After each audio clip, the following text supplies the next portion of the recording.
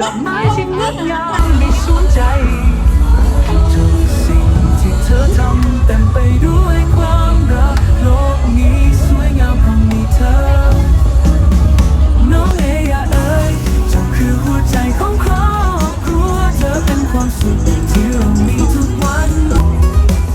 ไม่ว่าวันไหนเจ้าคือแสงแห่งความสุข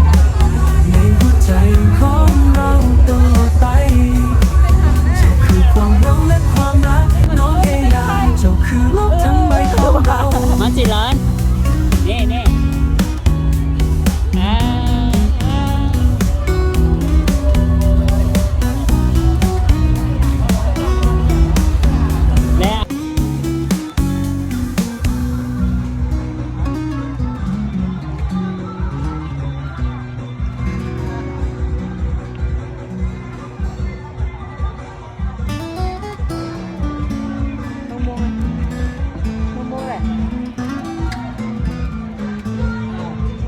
น้องเอ๋ยาวคือดวงดาวในฟ้า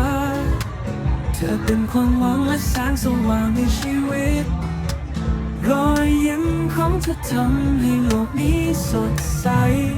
ทุกอย่างเมื่อเธอหัวเราะโลกนี้กลายเป็นสวรรค์น้องเอ๋ยเอ๋ยเจ้าคือความรักที่ไม่มีวันจางเธอเป็นแรงบันดาลใจให้เราก้าวไปทุกวัน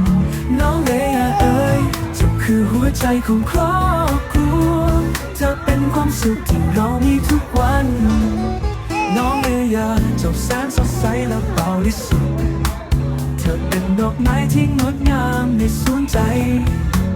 ทุกสิ่งที่เธอทำเต็มไปด้วยความรักโลกนี้สวยงามเพราะมีเธอน้องเอยเอ๋ยเจ้าคือความรักที่ไม่มีวันจางเธอเป็นแรงบันดาลใจให้เราก้าวไปทุกวันน้องเอยเอ๋ยเจ้าคือหัวใจของครอบครัวเธอเป็นความสุขที่เรามีทุกวันไม่ว่าวันไหนเธอจะอยู่ในใจของเราเจ้าคือ